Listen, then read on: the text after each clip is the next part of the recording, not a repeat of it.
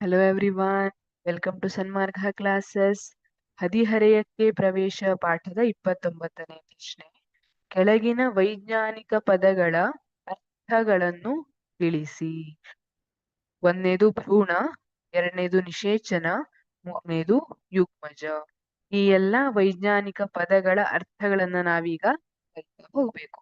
ಮೊದಲನೇದಾಗಿ ಭ್ರೂಣ ಅಂದ್ರೇನು? ಭ್ರೂಣ ಇದು ನಿಷೇಚನದಿಂದ ಉಂಟಾದ ಯುಗ್ಮಜ ಕೋಶವು ಪದೇ ಪದೇ ವಿಭಜನೆಗೊಂಡು ಅಂಗಾಂಶಗಳು ಮತ್ತು ಅಂಗಗಳಾಗಿ ಅಭಿವರ್ಧನೆ ಹೊಂದುವ ರಚನೆ. ಇದನ್ನ ಭ್ರೂಣ ಅಂತ ಕರಿತೀವಿ.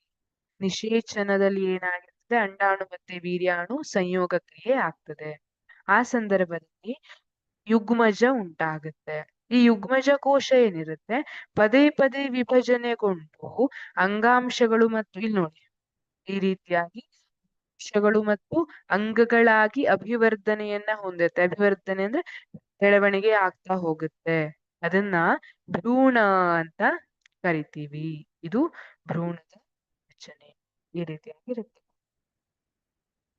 ಎರಡನೇದು ನಿಷೇಚನ. ನಿಷೇಚನ ಅಂದ್ರೆ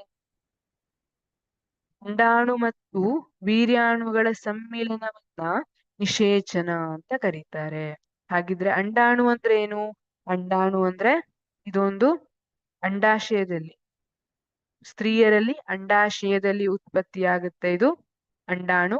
ಹಾಗೆ ವೀರ್ಯಾಣು ಅಂದ್ರೆ ವೃಷಣಗಳಲ್ಲಿ, ಪುರುಷರಲ್ಲಿ ವೃಷಣಗಳಲ್ಲಿ ಉತ್ಪತ್ತಿಯಾಗುವಂಥದ್ದು ವೀರ್ಯಾಣು. ಇವೆರಡು ಸಮ್ಮಿಳನಗೊಂಡು ಅದನ್ನ ನಿಷೇಚನ ಅಂತ ಕರಿತೀವಿ. ಅವೆರಡು ಸಮ್ಮಿಳನ ಆದ ನಂತರ ಯುಗ್ಮಜ ಫಾರ್ಮೇಶನ್ ಆಗಿ ಅದರಿಂದ ಭ್ರೂಣ ಉಂಟು. ನಿಷೇಚನ ಅಂದ್ರೆ ಅಂಡಾಣು ಮತ್ತೆ ವೀರ್ಯಾಣುಗಳ ಸಮ್ಮಿಳನ ನಿಷೇಚನ.